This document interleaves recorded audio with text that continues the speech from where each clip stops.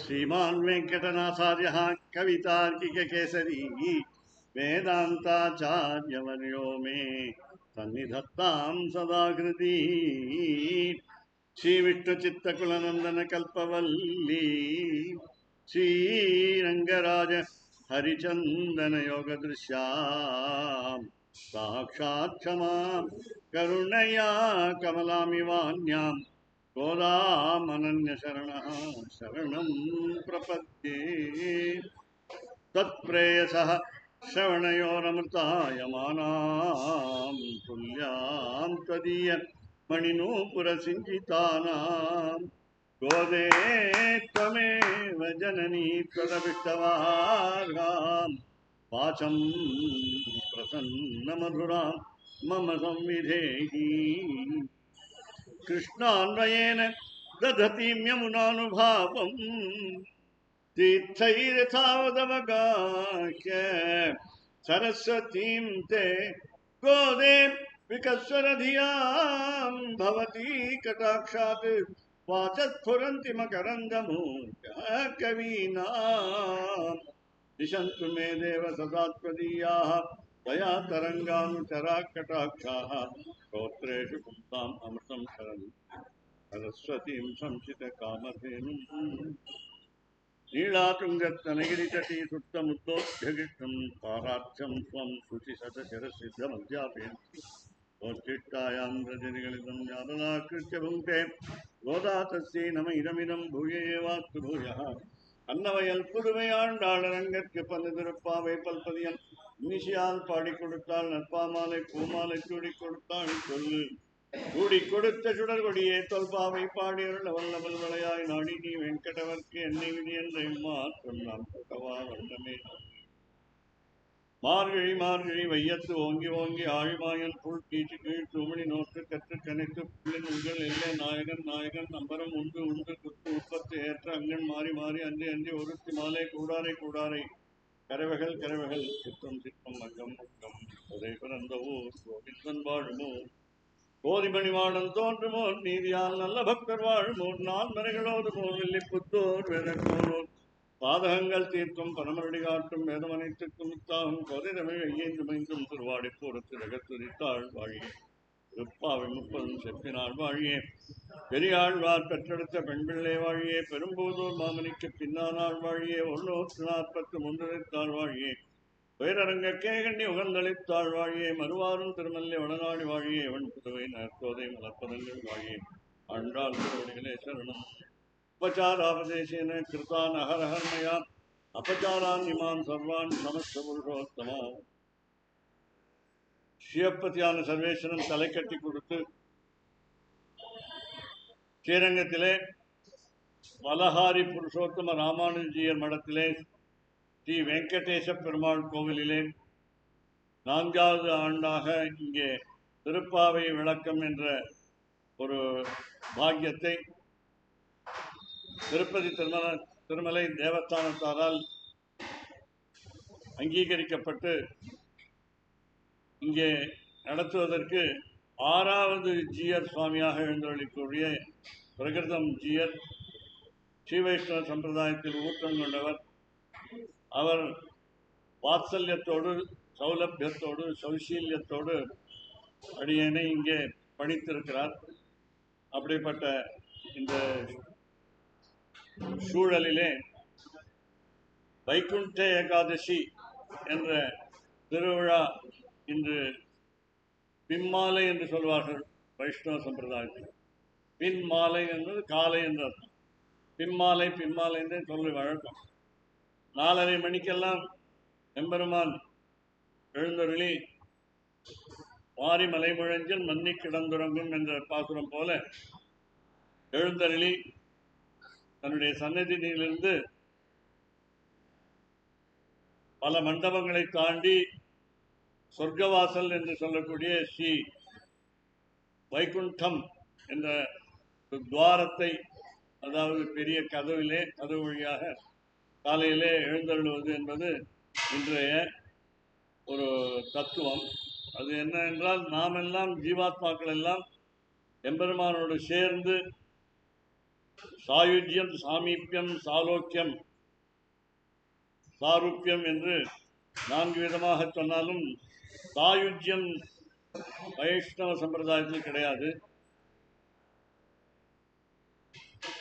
சஹா அகம் சோகம் என்று சொன்னால் நாங்கள் தாசோகம் என்று சொல்வோம்.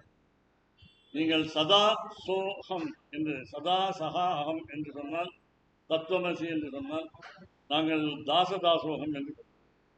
இப்படி வைஷ்ணவருக்கு ஒரு பெருமை என்னவென்றால் அடிமையாக நாமே நினைத்துக் கொள்ள வேண்டும் என்பதுதான் பெருமை.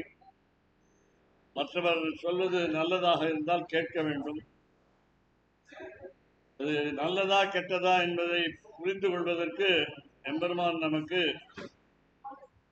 இந்த அறிவை தந்திருக்கிறார் என்பதனாலே நாம் நல்லது கெட்டதை பகுத்து ஆராய்ந்து கெட்டதை விலக்கி நல்லதை ஏற்றுக்கொள்ள வேண்டும் என்பது இந்த தத்துவ, இந்த மார்கழி மாதத்திலே விஸ்வாவசு என்ற ஆண்டிலே சொல்லக்கூடிய தத்துவம்.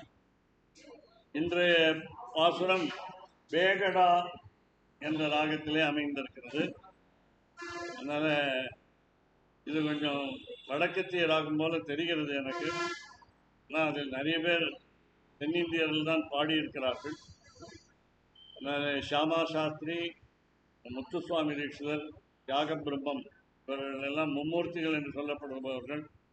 மற்ற பெரியவர்கள் எத்தனையோ பெரியவர்கள் இருந்திருக்கிறார்கள், இப்பவும் இருக்கிறார்கள். அவர்களுடைய என்னுடைய மாணவன் கூட இப்பொழுதெல்லாம் அவன் கீர்த்தனம் எழுதி பாடுகிறான். அவன் அவ்வளோ திறமையை வளர்த்து கொண்டிருக்கிறான். அப்படி எதுக்காக கேட்கணும்னா, இப்போ வாக்கேயக்காரர்கள் என்று சொல்லும் பொழுது நிறைய பேர் இளைஞர்களும் இருக்கிறார்கள். முதியவர்கள் சென்ற நூற்றாண்டில் இருந்தவர்களெல்லாம் விட புதிதாக ராகம் கண்டுபிடித்து கூட சில பேர் மெட்டமைத்து கீர்த்தனம் எழுதி பாடி நம்மை மகிழ்விக்கிறார்கள். எல்லாவற்றுக்குமே அடிப்படை காரணம் நமக்கு வேண்டிய இறைப்பற்று என்பது. அது இந்த 10வது பாசுரம் என்று சொல்லக்கூடிய 10வது பாசுரம் என்றால் 6லிருந்து கணக்கு பண்ணி இந்த 10வது பாசுரம், 15வது பாசுரம் மொத்தமாக பார்த்தோம்னால் இந்த 6வது பாசுரத்திலிருந்து ஒவ்வொரு தோழியாக எடுத்துக்காட்டுக்காக 5 லட்சம் பெண்களில் ஒருவராக நாம் இருக்க வேண்டும் என்று எண்ணி ஆண்டாள், கோதாதேவி, நீலாதேவி, நப்பின்னை என்று 4 திருநாமங்கள். இந்த நப்பின்னை இந்த 15வது பாசுரத்திலே வெளிப்படையாக கேள்வி பதில் அமைகிறது. மீதி நேற்று வரை 14வது பாசுரம் வரை அந்த உள்ளுக்குள்ளே அந்த எதிர்ப்பு என்று உள்ளுக்குள்ளே மறைந்திருந்தது. இப்பொழுது நேரடியாக நாம் இந்த வாய்ச்சண்டையை பார்க்கணும். அதாவது அங்கே கூட ஒரு வாய்ச்சண்டை தனியாக நின்று கொண்டிருக்கிறது. நேற்றே சொன்னேன், ஏகாதசி என்று வைகுண்ட ஏகாதசி என்று சாப்பிடாமல் இருப்பதுங்கிறது முக்கியம் இல்லை, எம்பெருமானுடைய திருநாமங்களை கீர்த்தனம் செய்ய வேண்டியது என்பதுதான் முக்கியம். இந்த இரண்டுக்கும் போட்டி, வயிற்றுக்கும் நம்முடைய வாய்க்கும் போட்டி. அதனால வயிறு நிறைந்தால் நமக்கு நாம சங்கீர்த்தனத்துக்கு மனது வரும். வயிறு நிறையாக இருக்கும் பொழுது வயிறை பற்றியே கவலையா இருக்கும். அதனால ஔவையார் சொன்னார், ஏகாதசி அன்று பட்டினி கிடக்க மாட்டாயா என்று, பொறுக்க மாட்டாயா, ஒரு நாளைக்கு கேள் என்றால் ஒரு நாளைக்கு ஒழி என்றால் ஒழியா என்று. ஒரு நாளைக்கு ஒழி என்றால் ஒழியா. 24 மணி நேரம் சாப்பிடாமல் இருக்க முடியுமா அப்படின்னா பயமா இருக்கு. மருத்துவர் அச்சுறுத்துகிறார், வேற உங்களுக்கு உடல் நலம் சரியாக இல்லாமல் போய்விடும் என்கிறார். அதனால அவர் சொன்னா, சரி நாளைக்கு சேர்த்து துவாதசி, நாளைக்கு வைகுண்ட துவாதசி, அந்த துவாதசிக்கு என்னென்ன சாப்பிடுவோமோ அதே மாதிரி இன்னைக்கு அதை சேர்த்து, ஏகாதசி அன்னைக்கு சேர்த்து 2 நாளைக்கு ஏழென்றால் ஏழாய், 2 நாளை சாப்பாடை ஏற்றுக்கொள்ளு என்று சொன்னால் வயிறு நிறைந்து விட்டதுங்கிறோம். அதுக்கு மேல வேண்டாங்கிறோம். போதுங்கிறோம். பர்யாப்தம் என்று சம்ஸ்கிருதத்திலே சொல்வார்கள். பர்யாப்தம். நேற்று ஒரு குழந்தை சொல்லிட்டு அலம் சொல்லலாமான்னு. அலம்னா போதும்னு தான் அர்த்தம். அலம்னா வேண்டாம்னு ஒரு அர்த்தம், அப்புறம் எடுத்துக்கலாம். போதும்னு அர்த்தம். இன்னொரு அர்த்தம் அலம்னா திறமை உள்ளதுன்னு அர்த்தம். அலம் இவர் பாடுவதற்கு திறமை உள்ளவர் அப்படிங்கும் பொழுது பாசுரத்தை கானேன அலம் என்று சொல்றார்.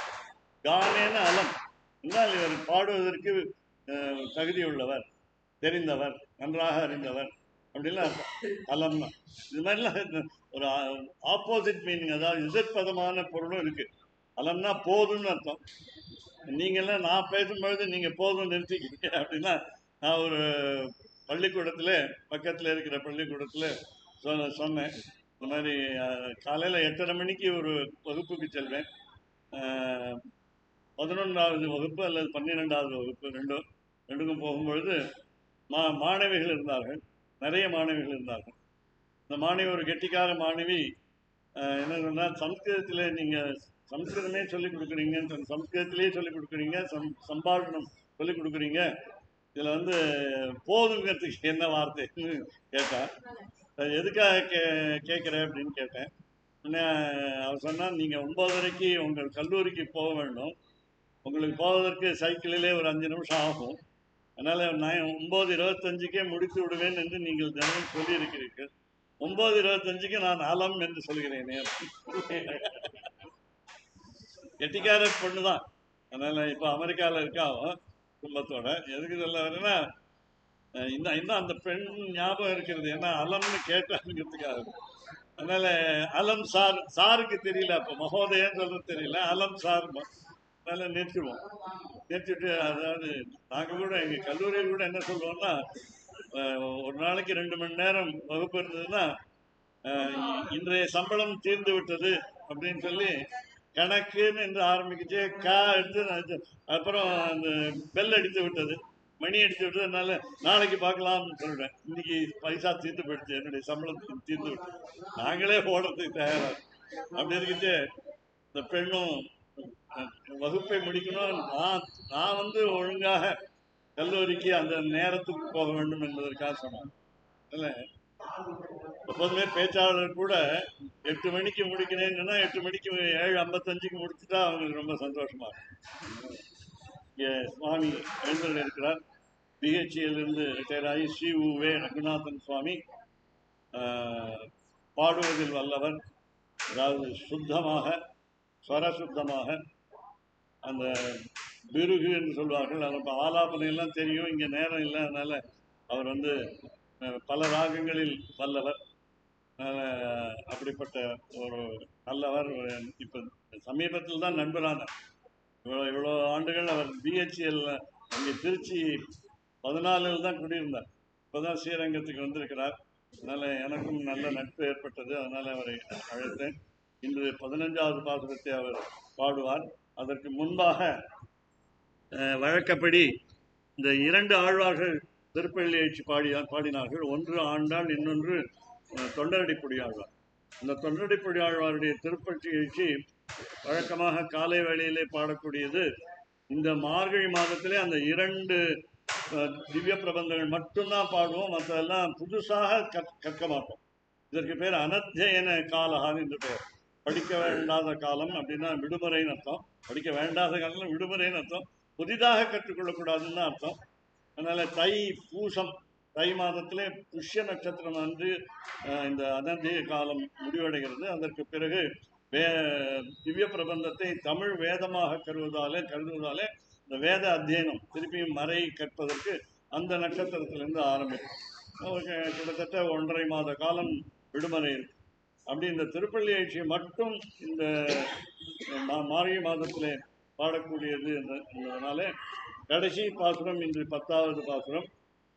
அது மட்டுமில்லை, நாளையிலிருந்து நாச்சியார் திருமொழியை கொஞ்சம் எல்லாருக்கும் சொல்லலாம்னு நினைக்கிறேன். ஏன்னா 143 உரைத்தாள் வாழியே என்று அவளுக்கு வாழி திருநாமம். இந்த 30 சேர்த்தா 173. 173 உரைத்தாள் வாழியேன்னு இருந்திருக்கணும். ஆனால் இந்த 30ங்கிறது வேதம் அனைத்துக்கும் வித்தாங்கிறது வேதம் தனி, தமிழ் தனிங்கிற மாதிரி பிரிச்சுட்டாங்க. அதனால 143 உரைத்தாள் வாழியே. முழுக்க இந்த 143ல கண்ணன் கண்ணன் கண்ணன் கண்ணன், அல்லது நடுவில் வந்து ஒரு தெய்வத்தை வேண்டுகிறாள், அது மன்மதன், காதல் தெய்வம், அதனால வேண்டுகிறாள், என்னை வேங்கடவருக்கு சேர்த்து வை, திருவேங்கடமுடையானுக்கு சேர்த்து வை என்று வேண்டுகிறாள். அதற்கு பிறகும் ராமானுஜரை பற்றியும் அங்கே குறிப்பு வருகிறது. அதனால ஆழிமழை கண்ணா என்று அண்ணாவாக ஆகிவிடுகிறார். அதனால பெரும்போதூர் மாமனிக்கு பின்னா நாள் வாழியே என்று அவளுக்கு வாழி சொன்னார். ஆண்டாள் அவதரித்தது முன்னாலே, பல நூற்றாண்டுகளுக்கு முன்னாலே, 10ஆம் நூற்றாண்டில் தான் ராமானுஜாச்சாரியரே அவதரித்தார். இருந்தாலும் பின்னால் பிறந்தவர் முன்னால் பிறந்தவர்களுக்கு அண்ணாவாக இருந்தார். அதனால திருத்தமையனார் என்று தமிழிலே சொல்லுவோம். இப்போ கடைசி பாசுரம். கடிமலர் கமலங்கள் மலர்தன இவையோ, கதிரவன் கனை கடல் முளைத்தனன் இவனோ, துடியிடையார் சுரி குழல் பிழிந்துதறி துகிலுடுத்தேரினர் சூழ்ப்பு நல்ல அரங்கா. இந்த அரங்கனை பற்றி தான் இந்த திருப்பிள்ளைச்சி. அதனால ஒவ்வொரு பாசுரத்திலும் அரங்கத்தம்மா பள்ளி எழுந்துள்ளாயே என்று முடியும். ஒரே ஒரு பாசுரத்தில் எம்பெருமான் பள்ளி எழுந்துள்ளாயே என்று முடியக்கூடியது. அதனால ரெண்டுமே ஒண்ணுதான். தொடையொத்த துளவமும் கூடையும் பொலிந்து தோன்றிய தோள் தொண்டர் அடிப்பொடியன்னும் தன்னுடைய பெயருடைய முத்திரை அங்கே பதித்திருக்கிறார். அடியனை எப்படி சொல்றார் பாருங்க. அடியனை, அது இது மேல சொல்றார். அழி என்றருளி உன்னடியார்க்கு ஆட்படுத்தாய் பள்ளி எழுந்தருளாயே என்று இன்றோடு இந்த திருப்பள்ளி எழுச்சி பாசுரங்களை இந்த சொற்பொழிவில் சொல்ல வேண்டும் என்ற ஆசையினாலே இங்கே அறையலுற்றேன் என்றார் கம்பன். ஆசை பற்றி அறையலுற்றேன். 12,000 பாடல்களுக்கு ராமாயணத்தை படிச்சுட்டு, வால்மீகி ராமாயணத்தை படிச்சுட்டு 12,000 சொற்கள் பாடல்கள் எழுதினவர் கம்பன். அதனால கம்பநாட்டாழ்வார் என்று ஆழ்வாராகவே அவர் சொல்லுவோம். இன்னொன்று, இந்த ஸ்ரீரங்கத்தில் உள்ள அவருக்கு சம்பந்தம் தொடர்பு என்னவென்றால், உங்களுக்கு தெரியும், தாயார் சந்நிதி ரங்கநாயிகா சந்நிதிக்கு முன்பாலே ஒரு மண்டபம், 4 கால் மண்டபம் இருக்கிறது. அந்த மண்டபத்திலே கம்பன் ராமாயணம் அரங்கேறிய மண்டபம் என்று பெயர். அதற்கு இடது பக்கத்திலே மேட்டழகி சிங்கர் என்ற சந்நிதி சில படிகள் ஏறி அங்கே சேவிக்கக்கூடியது. பின்னாலே கிருஷ்ணன் சந்நிதி இருக்கிறது. எத்தனையோ சந்நிதிகள் இருக்கின்றன. அதில் இந்த பக்கம் வலது பக்கம் வேதாந்த தேசிகர் சந்நிதி இருக்கிறது. உள் தேசிகன் சந்நிதி என்று சொல்லப்படுகிறது. அப்படிப்பட்ட மண்டபத்திலே அவர் கம்பன் தன்னுடைய ராமாயணத்தை சொல்ல நினைத்த போது, வால்மீகி ராமாயணம் சம்ஸ்கிருதத்திலே இருக்கும் பொழுது தமிழிலே இவர் என்ன சரியாக எழுதிவிடப் போகிறாரோ என்று சந்தேகித்து மட்டமாக நினைத்து எல்லா தமிழ் வல்லுநர்களும் நீங்க பாடுங்க பார்ப்போம், சரியா இருந்தா ஏற்றுப்போம் அப்படின்னு சொல்றார். அதனால பாடினார்.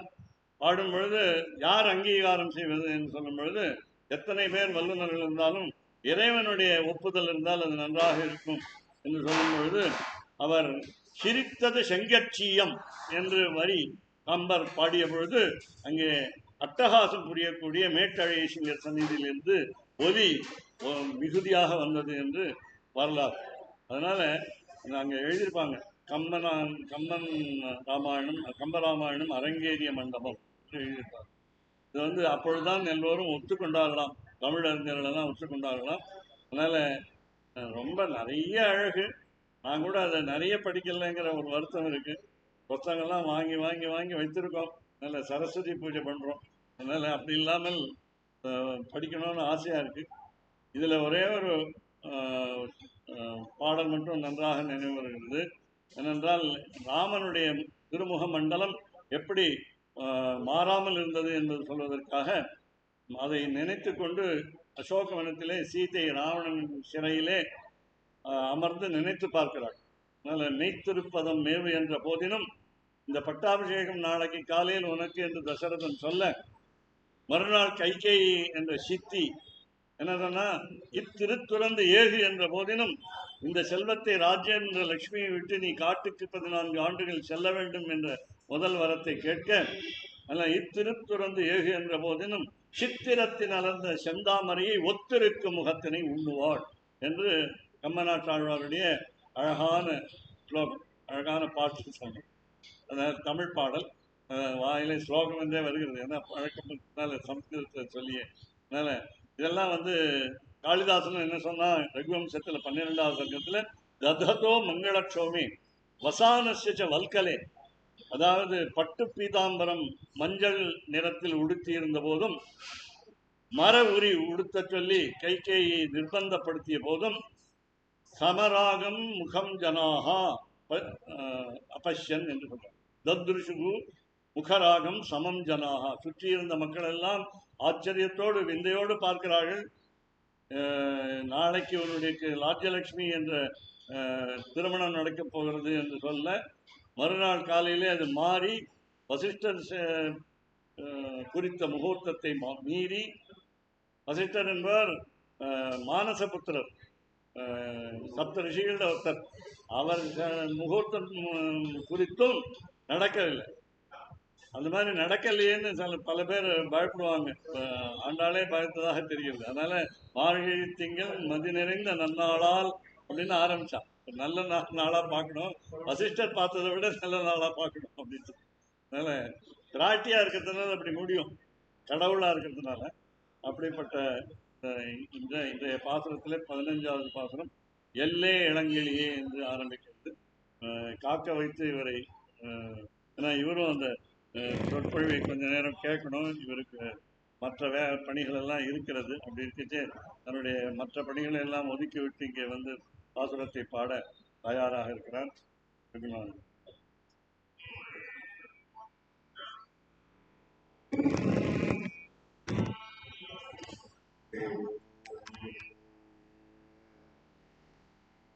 எல்லே இளங்கிளியே, எல்லே இளங்கிளியே, எல்லே இளங்கிளியே, எல்லே இளங்கிளியே, இன்னும் உறங்குதியோ, எல்லே இளங்கிளியே, இன்னும் உறங்குதியோ, சில்லென்று அழையே கை மீர் போதருகின்றேன், வல்லையும் கட்டுரைகள்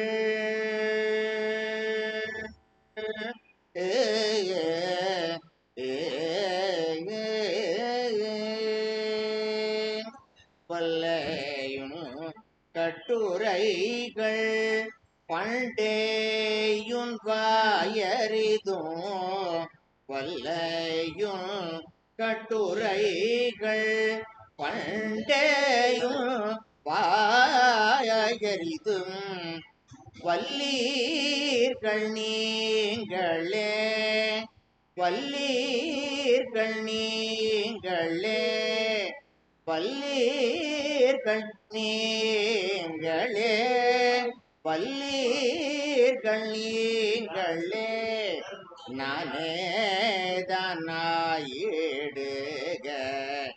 கொல்லை நீ போதாய், கொல்லை நீ போதாய், உனக்கென்ன வேறுடையை, எல்லோரும் போந்தார்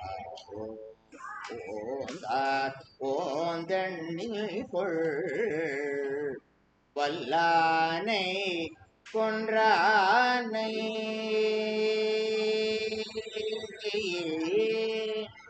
வல்லானை கொன்றானை, மாற்றாரை மாற்றழிக்க, வல்லானை கொன்றானை, மாற்றாரை மாற்றழிக்க, வல்லானை மாயனை, வல்லானை மாயனை, வல்லானை மாயனை, பாடலோரியம்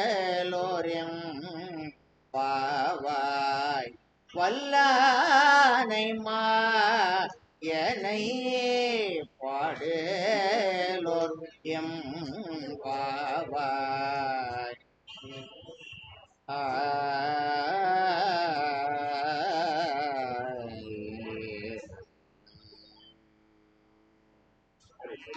ಧನ್ಯವಾದ. இவருக்கு நான் அடியன் பக்கவாத்தியம். தலையாட்டுறதுக்காக ஒருத்தர் வேணுமேங்கிறதுக்காக நிறைய ரசிக்க. இப்போ கேட்டார் ஒருத்தர், சாஸ்திரப்படி படித்திருக்கிறீர்களா என்று கேட்கும் பொழுது இப்பொழுது புரிந்திருக்கும் அவர் எப்படி சாஸ்திரப்படி சாஸ்திரியமாக கற்றுக்கொண்டிருந்திருக்கிறார். அதனால வள்ளீகளே அது நிறைய தடவை சொன்னார். நானே தான் நாயிடுக, நானே தான் நாயிடுகிறது தான் ஸ்ரீ வைஷ்ணவ லட்சணம். எல்லோருக்கும் நான் சிறியவன், நான் பெரியவன் அல்ல, எல்லோருக்கும் அடிமை, எம்பெருமானுடைய அடியார்க்கு அடிமை என்று பாகவத பாரதந்திரியத்தை காட்டுவது இந்த பாசம். பகவத் பாரதந்திரியம் நம்ம எல்லாரும் சொல்லலாம். கடவுளுக்கு நான் அடிமை, பகவானுக்கு நாம் அடிமை, எம்பெருமானுக்கு நான் அடிமை என்று எல்லாரும் சொல்லக்கூடிய. ஆனால் ஒரு மனிதனுக்கு போய் சொல்வதா என்று சொல்லும் பொழுது நம்முடைய ஆச்சாரியர்களுக்கு நாம் அடிமை என்று முதல்ல சொல்லணும். அதுக்கப்புறம் நம்ம உதவி செய்தவர்களுக்கு அடிமை என்று சொல்லணும். இப்படிலாம் உதவி செய்யாட்டாலும் நான் அடிமை தான். எப்படின்னா சொல்வதை கேட்கணும், நல்லது சொன்னால் கேட்கணும், அவ்வளோதான்.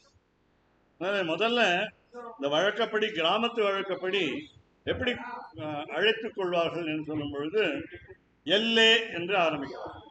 எல்லே தமிழ்ல எலே என்று சொல்ற மாதிரி, அது மாதிரிதான் எல்லே. கொஞ்சம் மரியாதை அதிகம் இல்லை, குறைவும் இல்லை. அதனால எல்லேன்னு ஒருவருக்கு ஒருவர் அழைக்கிறார்கள். அதனால இங்கே வந்து வழக்கம் உண்டு. அதனால இந்த 5 லட்சம் பெண்கள் ஒரே குரலாக எல்லே என்று கூப்பிடுகிறார்கள். இந்த எல்லே என்று கூப்பிடும் பொழுது ஆங்கிலத்தில் என்ன சொல்லுவாங்கன்னா, உமன் என்று ஒரு பெண்ணை பார்த்து சொல்லக்கூடாதுன்னு சொல்லுவாங்க, லேடி என்று சொல்ல வேண்டும். லேடிஸ் அண்ட் ஜென்டில்மென் தான் ஆரம்பிப்பாங்க.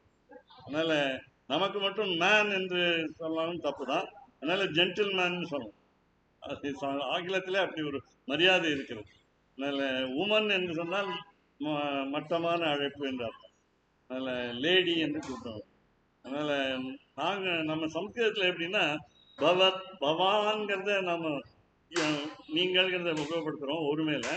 அதை பவந்தகான்னு பன்மையிலையும் உபயோகப்படுத்தலாம். பவந்தகா ஒத்தரை பார்த்து பவந்தகா ஆகதாக, நீங்கள் வந்திருக்கிறீர்கள் என்று சொல்லலாம். இன்னொன்று, இப்போ அந்த உபநயனத்தில் அந்த பையன் பிரம்மச்சாரி பையன் பிக்ஷாந்தேகி என்று சொல்ல போகும்பொழுது பவதி பிக்ஷாந்தேகி என்று சொல்கிறான். இந்த பவதி அங்கே பெயர் சொல், இது வினைச்சொல் இல்லை. பவதி பவதா பவந்திங்கிற வினைச்சொல் இல்லை.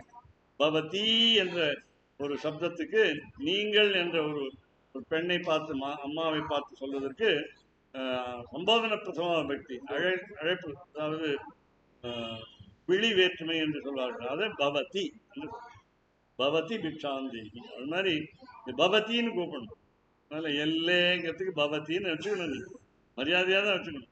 கூப்பிட்டா கூட ஒருவருக்கொருவர் நட்புனாலையும் உறவுனாலையும் கொஞ்சம் வாடி அப்படின்னு சொல்லலாம், வாடி அப்படின்னு.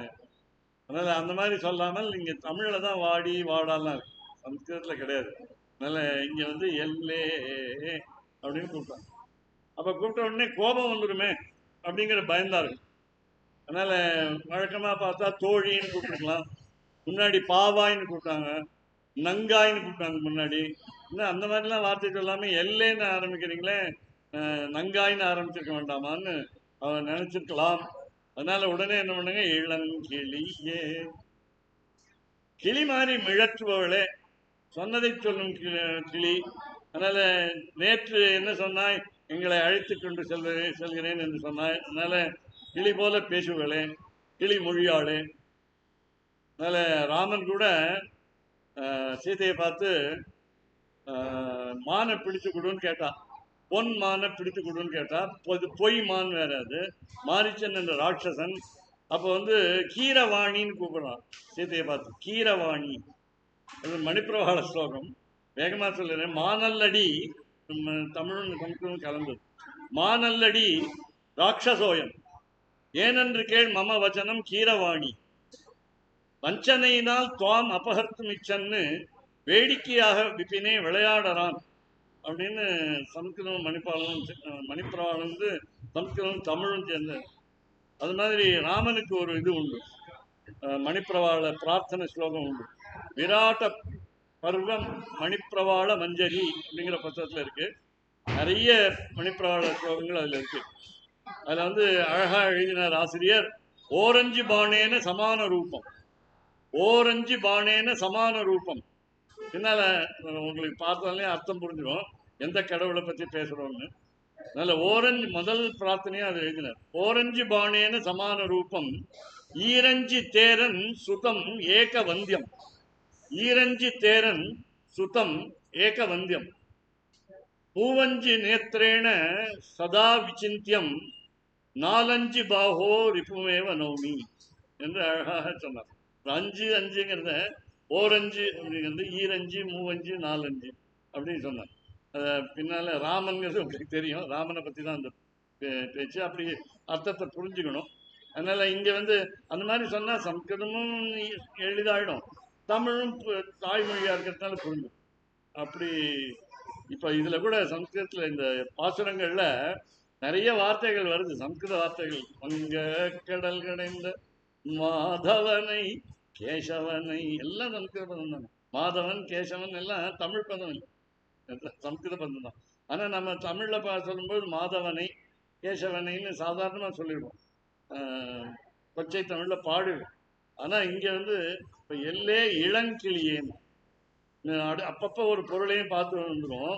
நேற்று ஒரு பாசுரங்களில் சொன்னோம், ஆசிரியர் இளம் வயதினர், மாணவர்கள் வயதானவர்கள், அவர்களை விட மூத்தவர்களாக இருக்கிற காலம் இப்பவும் உண்டு. அதனால் பெரியவர்கள் சிறியவர்கிட்ட போய் கற்றுக்கிறோம்.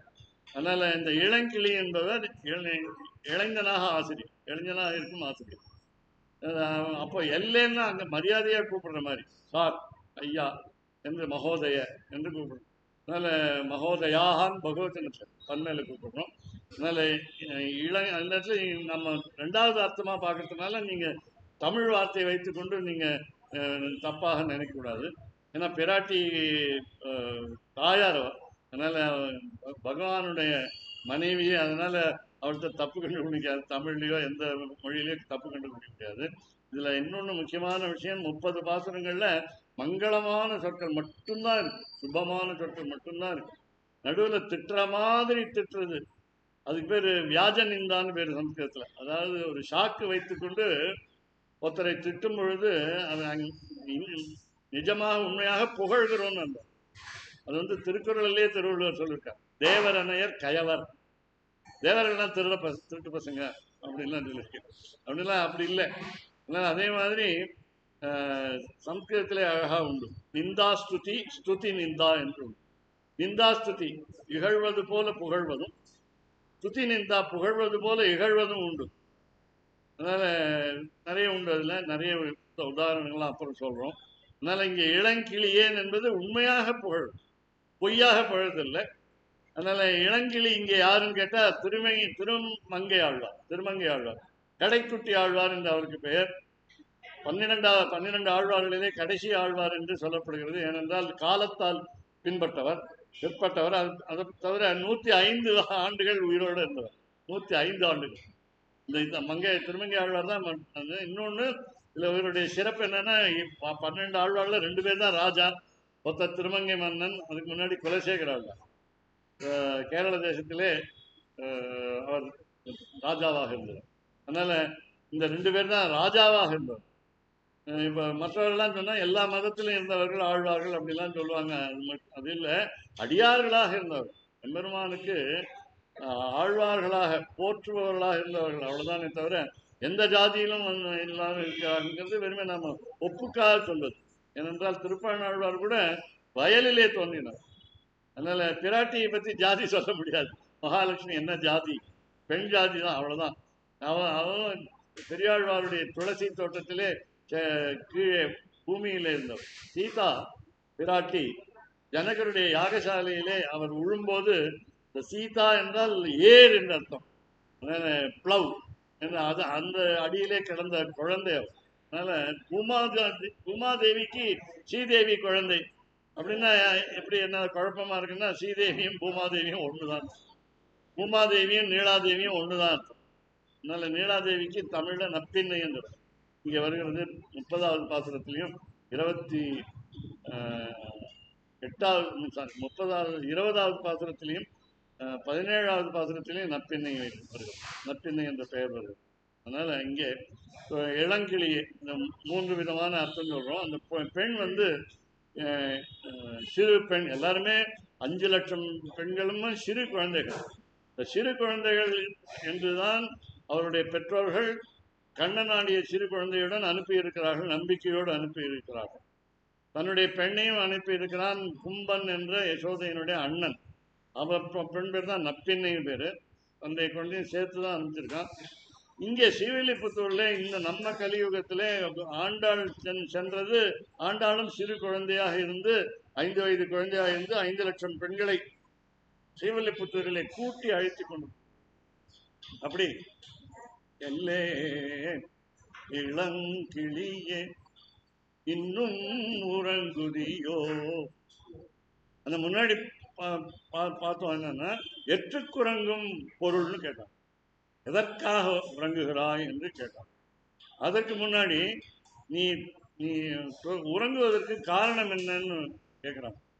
அதனால இந்த மாதிரி 2-3 தடவை கேட்டாச்சு. இன்னும் உறங்குதியோ, இன்னும் தூக்கம் உனக்கு கலையவில்லையா என்று கேட்கிறான். இன்னும் உறங்குதியோ. அப்போ அவங்க கத்தி 5 லட்சம் பேரும் கத்தி கூப்பிடுறாங்களா, அதனால காதுல வந்து அம்பு மாதிரி பாயுது சொற்கள். அதனால அப்படி இல்லாமல் எப்படி இருந்ததுன்னு கேட்டா, ஹனுமான் பார்க்கறான் சீதையை பிராட்டிய அசோகவனத்துல மரத்திலே மறைந்து கொண்டு. அந்த சிம்சுபா மரம்ங்கிற இலை வந்து குரங்குனுடைய நிறமாக இருக்கும். அதனால அந்த குரங்கு இருப்பது அவன் சீதைக்கு முதலே தெரியவில்லை. அதனால போஜன் ஒரு ராஜா ராமாயண சம்பு என்று எழுதினான்.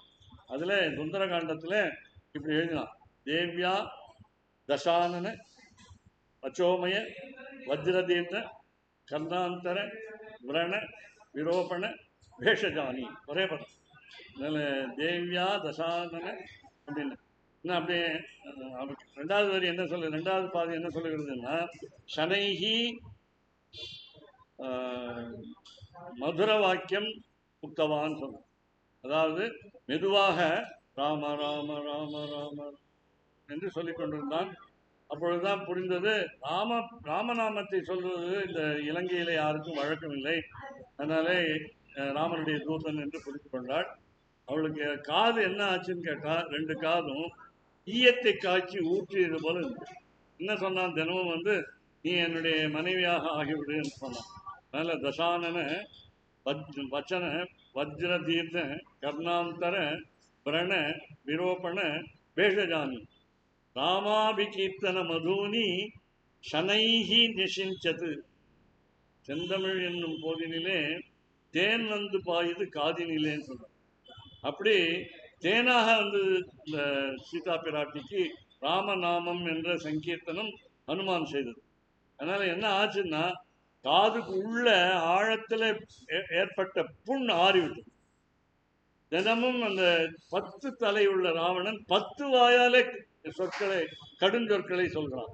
அதனால அப்படிப்பட்ட அந்த சொற்களாலே புண்பட்ட காதுகள் சரியா குணமாகிவிட்டன என்று சொன்னார் போதிதர்.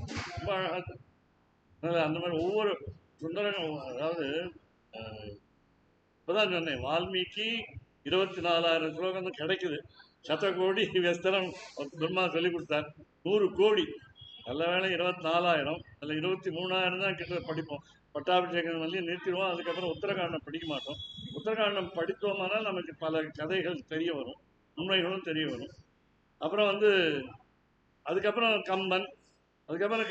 கம்பன் ராமாயணமும் நல்ல அழகா இருக்கு. வால்மீகியை கூட கொஞ்சம் நன்றாக எழுதியிருக்கிறான் என்று சொல்லக்கூடிய அளவுக்கு அவன் எழுதியிருக்கிறான் சில இடங்கள்ல. அதனால அது எதுவும் வால்மீகியை படித்து விட்டு தான் எழுதியிருக்கிறதுனால கவிக்கு கற்பனை வந்து அதிகம் உண்டு, கற்பனையில பொய் உண்டு. அப்படின்னாலும் அந்த பொய் அழகாக இருக்க வேண்டும் அப்படிங்கிறது சொல்லுது. உட்பிரேட்சாங்கிறது பொய் அழகாக இருக்கணும். உத்பிரேக்ஷா உன்னியதே எத்திர நின்னு தின்வினா என்று. உண்மையை மறைக்க கூடாது, ஆனா பொய் சொல்லலாம். கவிக்கு பொய் அழகு, கவிதைக்கு பொய் அழகு. அப்படி சொல்லும் பொழுது இங்கே இன்னும் உறங்குதியோ என்று கேட்டார்.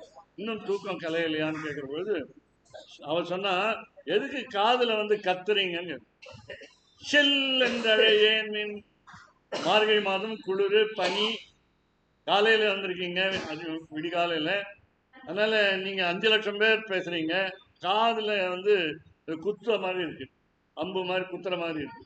அதனால ஷில் என்று அழையேன் மீன், அப்படி அழைக்காதீர்கள், எனக்கு காது இழந்து விடும் போல இருக்கிறது என்று சொல்லுகிறார். அப்போ அவன் சொன்னா, அவன் என்ன சொன்னா, இளங்கிளியே என்று கூப்பிட்டார், பாராட்டி. இளங்கிளியே, அழகான கிளியே. சின்ன கிளிங்கிறது இன்னும் அழகா இருக்கும், அதனால கிளியே அழகா இருக்கும், சின்ன கிளிங்கிறது இன்னும் அழகா இருக்கும். அப்படி சொல்லும் பொழுது அவன் திருப்பி என்ன சொல்லணும், நல்லவர்களேன்னு கூப்பிட்டான். நங்கை மீர், நங்கை மீர். ஏற்கனவே நங்காயின்னு கூப்பிட்டுருந்தா ஒரு தோழிய, அதனால பகுவச்சனத்துல பன்மையில இப்போ நங்கை மீர். இதோ வந்துட்டேங்கிறா. போதருகின்றேன், வந்துட்டே இருக்கேன், எத்தனை நேரம் வரத்துக்குன்னு கேட்பாங்க நீங்க. நங்கை மீர் போதருகின்றேன். இப்ப போதருகின்றேன், வரேன்னு சொல்லிட்டு 1/2 மணி 1 மணி எவ்வளவு நேரம் ஆகுது அப்படிங்கும் பொழுது என்ன, வல்லை உன் கட்டுரைகள், வல்லை உன் கட்டுரைகள். அதனால நீ ரொம்ப கெட்டிக்காரியா பேசுற. வல்லைன்னா வலிமையுடைய சொற்கள்னு வச்சுக்கலாம். இப்போ வல்லைன்னா நன்றாக பேசக்கூடியவள்னு அர்த்தம். போனதுல வாயாடின்னு, ஒரு தோழிய வாயாடின்னு. அதனால வாய் பேசும் நங்காய் நாணாதாய், வெக்கமே இல்லாம நீ பேசுறியே, நாவுடையாய்ன்னு அங்க சொன்னான் இங்க. அதனால வல்லை உன் கட்டுரைகள், கட்டுரைங்கிறது தெரியும் உங்களுக்கு, எழுதுறது எஸ்ஸே, வாயால சொல்றது இப்ப கட்டுரை. கட்டுரை, அதாவது கதை விடுறேன்னு கேட்க. அதனால வல்லை உன் கட்டுரைகள், நீண்ட பேச்சு பேசுறியே தவிர வரமாட்டேங்க. படுக்கையிலே உட்காந்துருக்கேன், எழுந்திருக்க மாட்டேங்கிற, வான் சொல்ல மாட்டேங்கிற, வாசல் கதவை திறக்க மாட்டேங்கிற. அதனால இப்படி எல்லாம் பண்ணும் பொழுது வல்லை உன் கட்டுரைகள். அது எப்போ உங்களுக்கு தெரியும்னா, நான் இருக்கேன் வாய்ப்பேச்சில் கெட்டிக்காரி என்ன எப்படி தெரியும்னா, பண்டே உன் வாயறிதும், ரொம்ப காலத்துக்கு முன்னாடியே தெரியும். நீ பிறந்ததுலேருந்தே ஜாஸ்தி பேசுவேன். அதனால பிஞ்சிலே பழுத்தாள் ஆண்டாள், அது போல நீ பிஞ்சிலே பழுத்தவள். உங்களை நீ 2 வயசுலேயே நல்ல உரையாற்றக்கூடிய, சொற்பொழிவாற்றக்கூடிய ஆற்றல் உண்டு உனக்கு. அதனால அப்படி சொன்னாங்க. வல்லை உன் கட்டுரைகள். முன்னாடி பார்த்தோம் பாசுரத்துல, பண்டொரு நாள் கூற்றத்தின் வாழ்விந்த கும்பகர்ணன். பண்டு என்றால் ரொம்ப காலத்துக்கு முன்பே, ரொம்ப ஆயிரக்கணக்கான வருஷங்களுக்கு முன்பே மாதிரி. பண்டே உன் வாயறிதும், நீ வாயாடி என்பது எனக்கு தெரியும், எங்களுக்கு தெரியும். வாய் அரிதும், நீ எப்படி பேசுவாய் என்று திரித்து பேசுவாய், எதிர்த்து பேசுவாய், சாமர்த்தியமாக பேசுவாய், பிரசன்ஸ் மைண்ட் என்று சொல்கிறார்கள். அதனால யுட்பன்ன மதிகின்னு பேரு, பிரசன்ஸ் மைண்ட். சமயத்துக்கு தகுந்த மாதிரி மாற்றி பேசுவாய். கைகை சொன்னா காட்டுக்கு போ, 14 ஆண்டுகள் காட்டுக்கு போகணும் அப்படின்னா, இதோ போறேன்னா, இல்ல போ, ஓடு, உடனே ஓடு. இந்தா மறுபடி உன்னுடைய மனைவிக்கு இந்தா சேர்த்து ஒரு ஆடை, இல்ல உடுத்தி கொண்டு போ அப்படின்னு. இந்த பட்டு பைத்தாமெல்லாம் எடுத்துரு, நகையெல்லாம் கழட்டிடுட்டா பருமாள் அப்படின்னு. அப்படி அவசரமா படுத்துற பொழுது சொன்னான் ராமன், ராமோ திர் நாபிபாஷம், 2 விதமாக நான் சொல்ல மாட்டேன், பேச மாட்டேன். இன்று ஒன்று நாளை ஒன்று பேச மாட்டேன். வேடிக்கையா சொல்லுவாங்க, கடன் வாங்கியவன் கடன் கொடுத்தவனிடம் போய் சொல்கிறான், ஏப்பா நீ கடன் கொடுத்தேனே 10 வருஷம் ஆச்சு, திருப்பி தரலையே அப்படின்னா, நான் சொல் மாற மாட்டேன், ராமன் மாதிரி, நாளை தரேன், நாளைக்கு தரேன், நாளை என்று வருவதே இல்லை என்று சொல்வார். டுமாரோ நெவர் கம்ஸ் என்று ஆங்கிலத்திலே சொல்வார். அப்படி சொன்னான். அந்த மாதிரி இல்லாமல் பண்டே உன்வாயறிதும், உடனே இவர்கள் சொன்ன உடனே அவன் திருப்பி என்ன இவன் சொல்றா, வல்லீர்கள் நீங்களே, நீங்க தான் கெட்டிக்காரர்கள் நினைத்துக் கொள்ளுங்க, நீங்கள் தான் கெட்டிக்காரர்கள், நான் கெட்டிக்காரி இல்லை என்று திருப்பி எதிர்த்து பேச. வல்லீர்கள் நீங்களே சொன்ன உடனே அவளுக்கு திருப்பி உண்மையான ஸ்ரீ வைஷ்ணவ லட்சணத்தின்படி நாணம் வந்து விட்டது. நாணாதாயின்னு போன தடவை சொன்னோமா, அதனால இப்ப நாணத்துடன் வெட்கத்துடன் பேசுகிறாள். அதனால அபத்ரபா என்று சமஸ்கிருதத்தில் சொல்வார்கள், நாணம் என்பது அபத்ரபா சொல்வார்கள். அதனால ஒரு வரையறை இல்லாமல், ஒரு எல்லை இல்லாமல் பேசுவது. அதனால அப்போ இப்பதான் இந்த முக்கியமான பாசுரம் இங்கே, இந்த 30 பாசுரத்திலே இந்த பாசுரத்தில் தான் நமக்கு ஒரு கற்பது என்ற பாடம் இங்கே இருக்கிறது. நானே தான் ஆயிடுக. நீங்க என்ன சொன்னீங்க, வல்லை உன் கட்டுரைகள் சொன்னீங்க. அப்புறம் நான் திருப்பி நான் சொன்னேன் வல்லீர்கள் நீங்களேன்னு சொன்னேன். இல்ல, நானே தான் ஆயிடுக, நான் தான் கெட்டிக்காரியாக இருக்கட்டும், நான் தான் குற்றம் செய்தவளாக இருக்கட்டும், நான் தான் எழுந்து வராமல் இருக்கிறேன் என்று நீங்கள் சொல்கிறீர்கள். எழுந்து வரவில்லை தான், போதர்கின்றேன் சொன்னேன், வரல. வந்து கொண்டிருக்கிறேன் என்று சொன்னேன், வரல. வந்து கொண்டிருக்கிறேன் என்று வந்து விட்டேன் என்று சொல்வார்கள். வந்து விட்டேன், வந்து கேளுங்க, சாப்பிட்டு வந்து விட்டேன் என்று சொல்லுவோம் நம்ம. தோ வந்து விட்டேன் என்று சொல்லுவோம். அந்த மாதிரி இல்லாமல் போதர்கின்றேன் சொன்னேன், ஆமா நானே தான் ஆயிடுக, குற்றம் செய்தவள் நான் தான். இது பேர் நைச்சானுசந்தானம் என்று தன்னை தாழ்த்தி கொள்ளல் என்பது வைணவ மரபு. எது சொன்னாலும் இப்போ நான் ஒரு குற்றமே செய்யல, பாபமே பண்ணல, அப்படி இருக்கும் பொழுது இன்னொருத்தரை பத்தி ஒருத்தர் சொல்றாங்க, இன்னொருத்தர் ஒரு திருடினதாக ஒருத்தரை ஒரு காவல்துறை பிடிக்கிறது. அவர் என்னுடைய நண்பர், அவருடைய என்னுடைய தம்பின்னு வேணாலும் வச்சுக்கலாம், எப்படி வேணா வச்சுக்கோங்க, உறவு முறை. அதனால அவன் திருடலை, என் தம்பி திருடலை, இந்த என் நண்பர் திருடலை, நான் தான் திருடினேன்னு குற்றத்தை ஒப்புக்கொண்டு தான் சிறைக்கு போவதுன்னு என்பது ஒரு வைணவ மரம். அப்படி தான் குற்றத்தை ஏற்றுக்கொள், இன்னொருவர் செய்த குற்றத்தை, தான் செய்யாத குற்றத்தை ஏற்றுக்கொள்வதுங்கிறது வைணவ மரபு. நைச்சியானுசந்தானம், நைச்சியம், நீச்சஸ்ய பாவகா நைச்சியம், நீச்சஸ்ய பாவகா நைச்சியம், நைச்சானுசந்தானம். அப்படி இங்கே சொல்கிறாள், நானே தான் ஆயிடுக. அப்புறம் நீ வரையா வரலையான்னு இப்ப சரியா சொல்லுனா, ஒல்லை நீ போதாய். ஒல்லை முன்னாடி எல்லைன்னு கூப்பிட்டது, ஒல்லை தமிழ்ல வேடிக்காதுன்னா நீ தொல்லையா போச்சு, உன்னை கூப்பிட வந்தது. அதனால நீ பேசுறத நிறுத்திட்டு வா. நீ மட்டும் என்ன சொல்ற, நீங்க நல்லா வாயாடினா நீங்க வாயாடி, நீங்க நல்லவர்னா நீங்க நல்லவர், திருப்பி திருப்பி சொல்லிட்டு இருக்கீங்க. காரியம் இல்லை, செயல்பாடுல ஒண்ணு முன்னேற்றம் இல்லை. அதனால உங்க வீட்டுல வந்து காத்துக்கிட்டு இருக்கும். ஏன்னா நின்று கொண்டு இருக்கிறோம், பனியில் நின்று கொண்டிருக்கிறோம், கீழே எருமை மாடுகள்லாம் சொரிந்த பாலிலே நின்று கொண்டிருக்கிறோம். அப்புறம் திருமால் என்ற பக்தி வெள்ளம் எங்களுடைய மனதிலே இருக்கின்றது. அதனால மேலே பனி வெள்ளம், நீர் வெள்ளம், மனதிலே மால் வெள்ளம், தரையிலே பால் வெள்ளம் என்று நின்று கொண்டிருக்கிறோம். பனி மார்கழி மாதம், அதனால கோடை காலம் வந்தால் வெயிலில் நின்று கொண்டிருக்கிறோம் சொல்ல வேண்டும். அப்படி வந்து சேர், எங்களோட வந்து சேர். ஏன் வந்து சேரணும்னு கேட்கறதுக்கே முதல்ல சொல்லிட்டோமே, இளங்கிளியேன்னு சொல்லிட்டோமே. நீ பாடுவது நன்றாக இருக்கும், உன்னுடைய உன்னுடைய குழல் இனிமையா இருக்கும், யாழ் இனிமையா இருக்கும், அதனால வா என்று கூப்பிட்டார்கள். அப்போ நானே தான் ஆயிடுக, ஒல்லை நீ போதாய், வருவாய். போதாய்னா வருவாய். இங்க அந்த முன்னாடி பார்த்துருக்கீங்க, போதருகின்றேன்னு வந்து, அதனால வருகின்றேன்னு அர்த்தம். இங்க ஒல்லை நீ போதாய், நீ வருவாய், வந்து விடுன்னு, சீக்கிரம் வந்து விடு. ஒல்லை நீ போதாய், உனக்கென்ன வேறுடையை, உனக்கும் எங்களுக்கும் என்ன வேற்றுமை, எங்களுக்கு இறைப்பற்று அதிகமா உனக்கு குறைவா, இப்படிலாம் ஒரு விவாதம் நடக்குது. உனக்கு என்ன வேறுடையை. நீ முன்னாடி நான் முதல் 6வது பாசனத்தில் எழுப்பின மாதிரி பிள்ளாயா, ஒன்றும் தெரியாத பாப்பாவா? அதாவது எம்பெருமானுடைய எப்படி பக்தி செய்ய வேண்டும் என்று தெரியாதவளா? இல்லை நீ பணக்கார பெண்ணா? மாடியிலேருந்து தேற்றமாய் திரவேலூர் எம்பாவாங்கிறதுனால தூக்க காலத்திலே மாடிப்படியிலே விழாமல் வா என்று சொல்ற மாதிரி பணக்கார பெண்ணா, மாடி வீட்டு பெண்ணா? அல்லது எம்பெருமானே உன்னை காதலிக்கிற அளவுக்கு அவனுக்கு பிடித்தமான பெண்ணா, நல்ல பிரியமான பெண்ணா என்று கேட்டார்.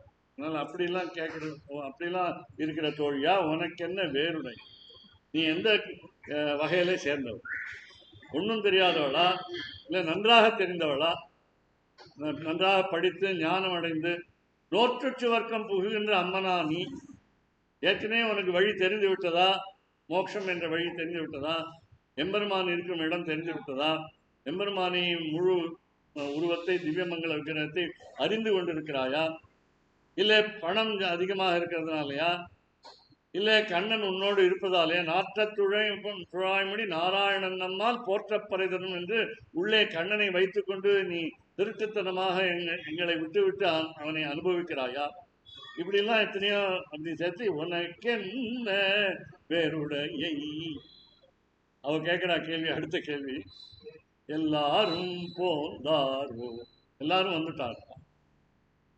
முன்னாடி என்ன சொன்னா, பிள்ளைகள் எல்லாரும் பாவை கிளம்புக்கார்னு எல்லா குழந்தைகள்லாம் இந்த நதி தீரம், யமுனா நதி தீரத்துக்கே காற்றங்கரைக்கே போயாச்சுன்னு சொன்ன.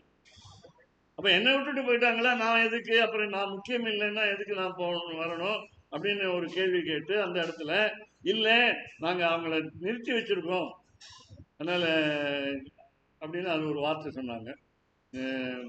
நிறுத்தி வச்சுட்டு அவங்க உனக்காக காத்து இருக்கிறாங்க, நீ வராட்டா எங்களுக்கு முழுமை பெறவில்லை என்றெல்லாம் சொல்லியிருக்காங்க. அந்த மாதிரி இங்க கேட்டாங்க, உனக்கு என்ன வேறுடையை எல்லாரும் போந்தாரோ. 5 லட்சம் பேர்ல ஒருத்தர் குறையாம எல்லாரும் வந்திருக்காங்களா? நீ பரமார்த்த குரு கதை போல எண்ணிக்கொள். போந்தார் போந்தெண்ணிக்கொள், வந்தவர்களை தலையை பார்த்து எண்ணிக்கோ. ஆனா நீ ஏன் 1 2 3ன்னு எண்ணிக்கோ. 5 லட்சம் எண்றதுக்குள்ள நாங்க மறுநாளைக்கு வந்துடும். ஏகாதசி போய் துவாதசி, வைகுண்ட துவாதசி வந்துடும். அதனால இந்த ஏகாதசி அன்னைக்கு நான் இரவுல நாம் விழிக்காமல் இருந்து பட்னி கிடந்து நாம சங்கீர்த்தனை செய்து, இப்ப கூட நீங்க பாக்குறீங்களா இருக்கணும்னு நினைக்கிறேன், ஆயிரக்கால் மண்டபத்திலே வாசலிலே பல கிராமத்தில் இருந்து வந்த பக்தர்கள் காலையில 6 மணி வரையுமே அல்லது 5:30 மணி வரையும் விடிகிற வரையும் பாடிக்கொண்டே இருப்பாங்க. ரங்கா ரங்கா ரங்கா ரங்கா. இப்ப கூட நீங்க போனா பார்க்கலாம். மணல் வெளியிலே அது கையிலே அந்த ஜால்ரா வைத்துக்கொண்டு ஆடிக்கொண்டு பாடிக்கொண்டு இனிமையாக பாடிக்கொண்டு இனிமையாக ஆடிக்கொண்டு, நமக்கும் அந்த தூக்கம் வராம எம்பெருமான் பேர்ல பக்தி வளர்வதற்கு நிறைய பேர் வந்திருப்பாங்க. லட்சமா முன்னாடிலாம் வருவாங்க. இந்த தடவை ஏதோ காரணத்தினால நிறைய பேர் வரலன்னு சொன்னாங்க. அதனால அங்கங்கே தடுப்பு வச்சா எப்படி போறது? வெள்ளை கோபுரம் வழியா போக முடியல, வடக்கு கோபுரம் வழியா போக முடியல, தாயார் சன்னிதி வழியா போக முடியல. இங்கேயோ ரங்கா ரங்கா இல்லை, அதுதான் எல்லாருக்கும் தெரியும், அது கூட்டமாக இருக்கிறது. எங்கேயோ வரிசை ரொம்ப பின்னாலே கோரத மூலை வரையும் நின்றுக்கிறது. இதோ சொல்லுவோம். அதனால எல்லாரும் போந்தாரோ போந்தார் போந்தெண்ணிக்கொள். அவன் என்ன செய்யணும் திருப்பி திருப்பி கேட்கிறான், தெரியாத மாதிரி கேட்கிறான். எல்லாருமே அப்படி கேட்கறாங்க. எதுக்கு கூப்பிடுறீங்க காலை வேளையில? 5 லட்சம் பேர் எங்க புறப்பட்டுட்டீங்க?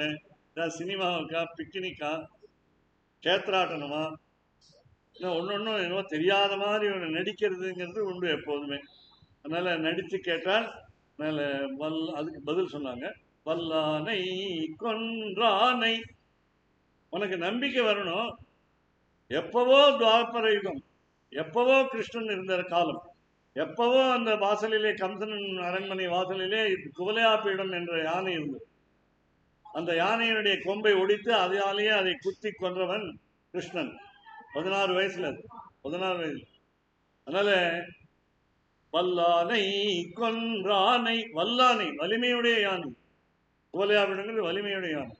அதை நம்பிதான் அவன் கம்சன் உள்ள இருந்தான். ஆனா அதை கொண்டதுனால பயந்துட்டான். அதுக்கப்புறம் உள்ள சாணூரன் முஷ்டிகன் என்று இந்த மல்லர்களை வைத்திருந்தான். அவனையும் தீர்த்து கட்டிட்டாங்க 2 பேரும் சேர்ந்து, பலராமனும் அண்ணனும் தம்பியும் கிருஷ்ணனும் சேர்ந்து. அதனால வல்லானை கொன்றானை. அப்புறம் இது கொல்வதுங்கிறது அவதாரத்தினுடைய முக்கியம் இல்லை. பரித்ராணாய சாதுனாம் தான், நல்லவர்களை காப்பதற்காகத்தான் அவதாரமே தவிர விநாசாயச்ச துஷ்கிருதாம் என்பதுங்கிறது 2 அதுல ஒரு கருத்து இருக்கு. ஒன்று, பரமபதத்திலிருந்து ஸ்ரீவைகுண்டநாதனாக அமர்ந்து கொண்டு அங்கேயே தன்னுடைய சங்கல்ப மாத்திரத்தினாலேயே எண்ணத்தினாலேயே இங்கே இருப்பவரை கொல்ல முடியும். எவ்வளவோ தூரத்தில் இருக்க ரிமோட் கண்ட்ரோல்ல கொல்ல முடியும். அதனால அது மாதிரி இல்லாமல் இங்கே வந்து அவதாரம் செய்து எதுக்காக? நமக்காக. அதனால ஜீவாத்மாக்களான நமக்காக இறங்கி வந்து, தமிழ்ல 2 இறங்கி, மல்லினாவும் சொல்லலாம், இடையினராவும் சொல்லலாம். இறக்கப்பட்டு வந்து இறங்கி வந்து அவதரதி என்று சொல்வார், கீழே வருகின்றார். அவதரதி, தரத்தின்னா நீந்துவது, தாண்டுவது, எத்தனையோ அர்த்தம் இருக்கு. கடலைன்னா நீந்துவது, உயரம் தாண்டுவதுக்கு சொல்லலாம், உயரம் தாண்டுவது, ஹை ஜம்ப் சொல்லலாம். அதனால அவதரதி, அவன்னா கீழே, அதனால அவதரதி இது அவதாரா. அதனால அந்த அவதாரம் செய்து, பல அவதாரங்கள் செய்து நம்மை காப்பதற்காக நேரே வந்து காக்க வேண்டும் என்ற அவாவினாலே வரான். யதா யதாகி தர்மஸ்ய கிளானிர் பவதி பாரத அபியுத்தானம் அதர்மஸ்ய ததாத்மானம் சுருஜாமியா. அப்பப்ப நான் அவதாரம் எடுக்கிறேன் அப்படின்னு. நீங்க இந்த 18 ராகத்துல 18 அத்தியாயத்தை இப்போ தமிழிலே பாடியிருக்கிறார்கள் சின்மயா மிஷன் சிஷ்யர். அதை கேட்பதற்கு நன்றாக இருக்கிறது. ஒவ்வொன்றும் ஒவ்வொரு ராகத்துல. முதல் அத்தியாயம் வளர்ச்சி இந்த ராகத்திலே பாடியிருக்கிறார். அதனால ஒவ்வொரு ராகமாக பாடியிருக்கிறார்கள், நன்றாக இருக்கிறது. அர்த்தத்தை பாடியிருக்கிறார். ஏன்னா தர்மக்ஷேத்ரே குருக்ஷேத்ரே சமவேதா யுத்சவா மாமகா பாண்டவாச்சைவ கிம குர்வத சஞ்சய என்று சொன்னால் அர்த்தம் புரியாமல் இருக்கலாம் என்று நினைக்கிறார். அதுல ஒரு அர்த்தம், ராமானுஜ பாஷ்யத்துல ஒரு அர்த்தம் என்னன்னு கேட்டா, தர்மக்ஷேத்ரே க்ஷேத்ரே க்ஷேத்ரே தர்மம் குரு என்று ஒரு அர்த்தம். தர்மக்ஷேத்ரே குருக்ஷேத்ரே என்றார். க்ஷேத்ரே க்ஷேத்ரே, ஒவ்வொரு ஊருக்கு போனாலும் நீங்கள் நல்லதை செய்யுங்கள், அறத்தை செய்யுங்கள் ஒன்று. இன்னொன்று ராமானுஜ பாஷ்யம் என்னன்னு கேட்டா, துரியோதனுடைய தந்தை கண் இல்லாதவன், பார்வை இல்லாதவன் திருத்தராஷ்டிரன் கேட்கிறான். திருத்தராஷ்டிர உவாச்சன் ஆரம்பிக்கிறான். எடுத்தவனையே கெட்டவன் தான் ஆரம்பிக்கிறான். தன்னுடைய பிள்ளை பாசத்தினாலே அவன் செய்த குமாரர்கள் செய்த செயலை எல்லாம் அவன் பொறுத்து கொண்டு வந்தான். அவன் வந்து எதிர்த்து பேச முடியல. அந்த காலத்திலேயே அப்பாவுக்கு குழந்தையோட எதிர்த்து பேச முடியல. அதனால நீ செய்வது தவறு என்று சுட்டி காட்ட கூட முடியல அவனால. அதனாலதான் அவனுக்கு கண் குருடு என்று, பிறவி குருடாக மட்டும் இல்லை, மனதும் குருடு என்று சொல்வார். அதனால அப்படிப்பட்டவன் அவன் கேட்கிறான். என்ன கேட்கிறான்? பாண்டவாக, அப்படி எடுத்துக்கணும், இந்த வார்த்தையை மட்டும் ப்ரோஸ் ஆர்டர்ல எடுத்துக்கணும். அதாவது படிக்கிறதுக்கு வாக்கியத்தை அமைத்துக்கிறது. பாண்டவாக யுத்சவா கிம் அகர்வதன்னு கேட்டான். அதுதான் முக்கியமான வாக்கியம். அப்புறம் பாண்டவா சைவ, இந்த சைவ என்ன பண்ணணும், மாமக்கால சேர்த்து, மாமக்கா சைவன்னு சேர்த்துக்கணும். என் குமாரர்கள் 100 பேர் இருக்கிறார்கள் துரியோதனாதிகள். அவர்களுக்கு கொல்லன் பட்டறையில் ஈக்கு என்ன வேலை? யுத்த களத்தில் அவர்களுக்கு திறமையே கிடையாது. அர்ஜுனன் வெல்ல அவங்களுக்கு தகுதியே இல்லையே. ஏன்னா எனக்கு தெரியும், துரோணர் ஆச்சாரியர் அர்ஜுனனுக்கும் துரியோதனனுக்கும் பாண்டவர்களுக்கும் கௌரவர்களுக்கும் சொல்லிக் கொடுத்த போது சரியாதான் சொல்லி, ஒரே மாதிரியான சொல்லிக் கொடுத்தோம். ஆனா அர்ஜுனன் நன்றாக கற்றுக்கொண்டான், துரியோதனன் கற்றுக்கொள்ளவில்லை. அதனாலே துரோணரை பார்த்து அவன் சந்தேகப்பட்டான், பீஷ்மரை பார்த்து சந்தேகப்பட்டான். நீங்களாம் வேற ஜாதி, நான் வந்து அரசன், அதனால நீங்கள் பாண்டவர் பக்கம் இருந்து சண்டையிடுகிறீர்கள்னு பீஷ்மரை பார்த்தே கேட்டான். அதனால்தான் பீஷ்மர் வந்து கோபப்பட்டு அடின்னு அடிச்சார், கிருஷ்ணனையே சேர்த்து அடித்தார். அப்போ அதனால அந்த கோபம் வந்து, அதனால ரோஷம் என்று சொல்வார், ரோஷம் வந்து பண்ண செய்தார். இவன் தினமுமே குற்றம் சொல்லிக்கொண்டே இருக்கிறான். அதனால கர்ணனை நம்பினான், ஆனால் பீஷ்மரை நம்பவில்லை. ஆச்சாரியனை துரோணரை நம்பவில்லை. ஆச்சாரிய நம்பிக்கை எப்பொழுது இருக்கிறதோ அப்பொழுதுதான் நாம் உருப்படுவோம். அப்படி பாசிட்டு பார்த்துக்கிறோம். அதனால ஆச்சாரிய நம்பிக்கை வேணும், ஆச்சாரியன் மீது முழு நம்பிக்கை வேணும். ரட்சிஷ்யதி இது மகாவிஸ்வாசாக என்று. அதனால இங்கே இந்த துரியோதனன் கௌரவர்கள் எல்லாரும் சேர்ந்து சண்டை போடும் பொழுது மாமக்காக செய்வ கிம் அகுர்வத கஷேத்திரே யுத்த கஷேத்திரே போர்க்களத்தில் என்னுடையவர்கள் பாசம் என்னுடையவர்கள் என்னுடைய குழந்தைகள். அப்போ பெரியப்பா சித்தப்பா குழந்தைகள் தான் இவங்க 2 பேரும். இருந்தாலும் அண்ணனுடைய குழந்தைகள் தான் இவங்க பாண்டவர்கள். மேல அப்படி இருந்தாலும் அவர்கள் 5 பேர் தான். கர்ணனை சேர்த்தாதான் 6 பேர். நான் என்னுடைய குழந்தைகள் 100 பேர். இந்த 100 பேரும் 5 பேர்களுக்கு ஈடாகுமா? இல்லை யாரு திறமையாளிகள்? 100 பேர்கள் தானே, நிறைய பேர் இருக்காங்களே இந்த பக்கம். அப்படிங்கச்சே மாமக்காக யுத்தமே தெரியாதவர்கள் கிம் அக்குர்வதன். துரியோதனன் பின்னாடி சொன்னான் பீஷ்மர், அதாவது பீஷ்மருக்கும் சஞ்சயனுக்கும் ஏற்படுகின்ற 10ஆம் நாள் கான்வர்சேஷன், சம்பாஷணம், அதாவது ஒருவருக்கு ஒருவர் பேசுறது. அதனால திருதராஷ்டிரன் 10ஆம் நாள் தான் வீடியோ ஃப்ளாஷ்பேக் திரும்பி பார்க்குறான். 10 நாள் யுத்தத்தை பார்க்குறான். கண் இல்லாமல் பார்க்குறான். கண் இல்லாமல் எப்படி பார்க்கணும்? கண் அப்போ கொடுத்தார் பகவான் கிருஷ்ணன். அப்போ சஞ்சயன் சொல்ல இவன் முழு பகவத்கீதை நம்ம கிடைக்கும். அதனால் அந்த பகவத்கீதையில் அவர் ராமானுஜ பாஷை என்ன சொல்றது, துரியோதனன் சொல்வதாக. அதனால் பீஷ்மர் என்னுடைய தலைவனாக நடத்துகின்ற அக்ஷௌகிணி கௌரவ அக்ஷௌகிணி சேனை போதவில்லை. அபர்யாப்தம் பலம் ஏஷாம் பலம் பீஷ்மாபிரக்ஷிதம். பீஷ்மர் தான் காப்பாத்துறார். ஆனா 11 அக்ஷௌகிணி என்னுடைய சேனையில. ஆனா அபர்யாப்தம் போதவில்லை. ஆனா பர்யாப்தம் து இதமே தேஷாம் பலம் பீமாபிரக்ஷிதம். பீமன் வைத்திருக்கின்றது 7 அக்ஷௌகிணி தான். 4 கூட எனக்கு, 4 குறைச்சல் அவனுக்கு. அவனோ கெட்டிக்காரனா இருக்கான் அப்படின்னு ராமானுஜன்.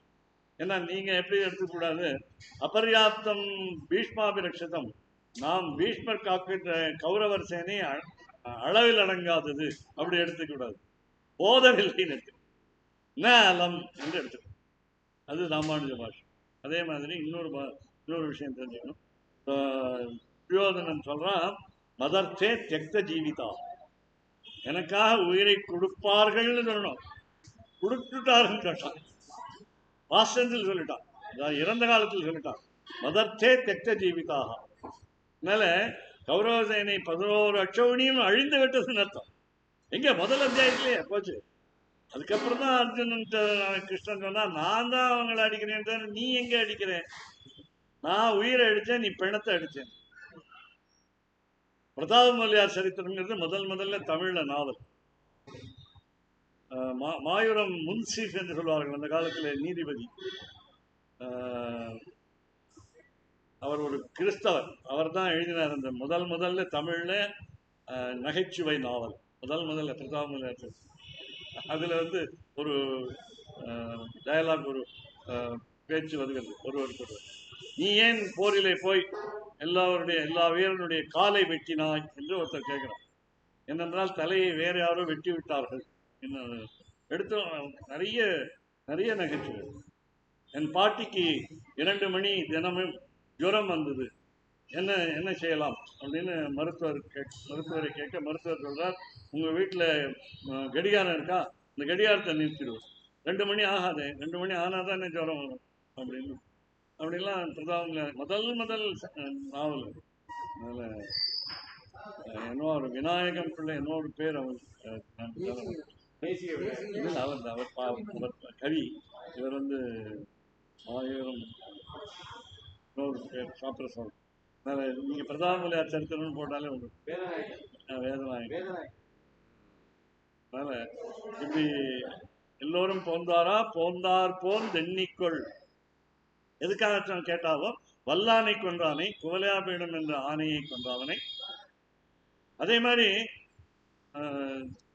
கிருஷ்ணாவதாரத்தில் சரி, பொதுவா அவதாரங்கள் எடுக்கும் பொழுது ஒரு குரங்கை காப்பாற்றினான் ராமன், ஒரு குரங்கை அழித்தான்.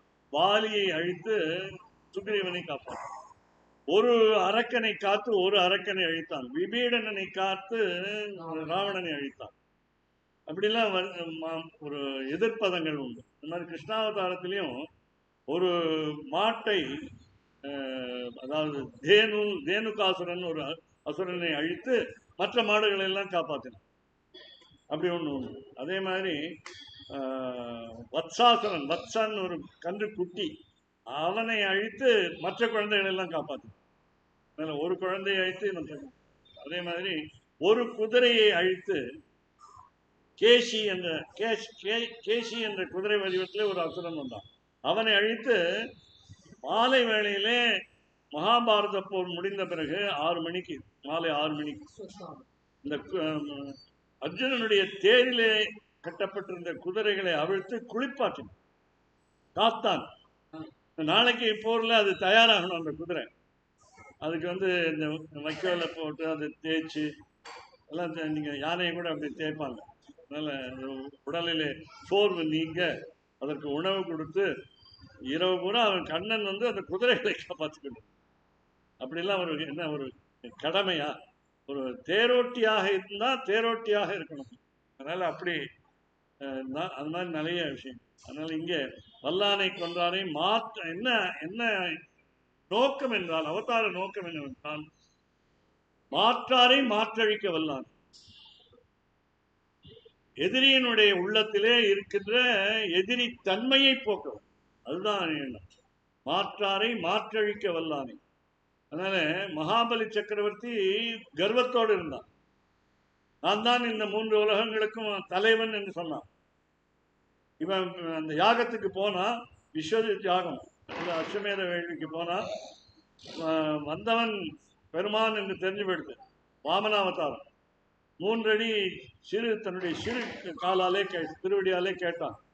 அப்படி என்ன கொடுக்காதே என்று சுக்கராச்சாரியர் தடுத்தார்.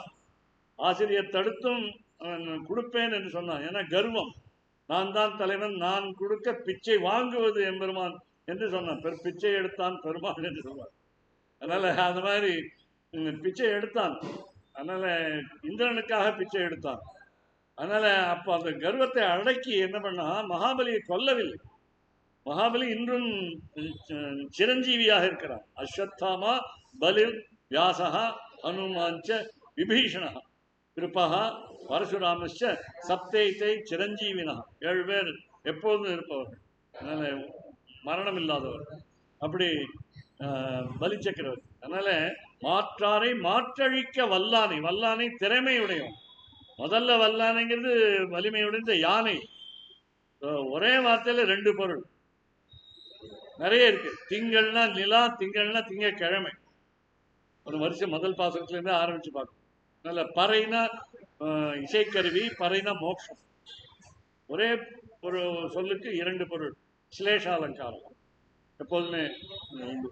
அதுல அர்த்த ஸ்லேஷாக உண்டு, அப்புறம் பங்க ஸ்லேஷாக உண்டு, அது மாதிரி கண்ட ஸ்லேஷா என்று 3 விதமாக கிளேடை.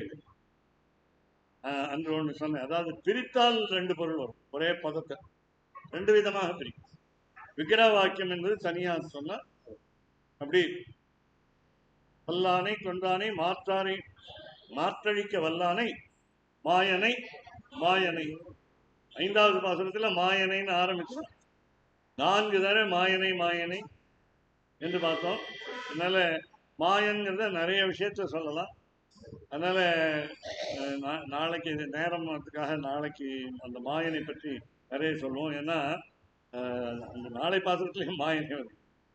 அதனால நென்னலே வாய் நேர்ந்தான் தூயோமாய் வந்தோம் துயரப்பாடுவான் அப்படின்னு சொல்லும் பொழுது இந்த மாயன் சொன்னான்.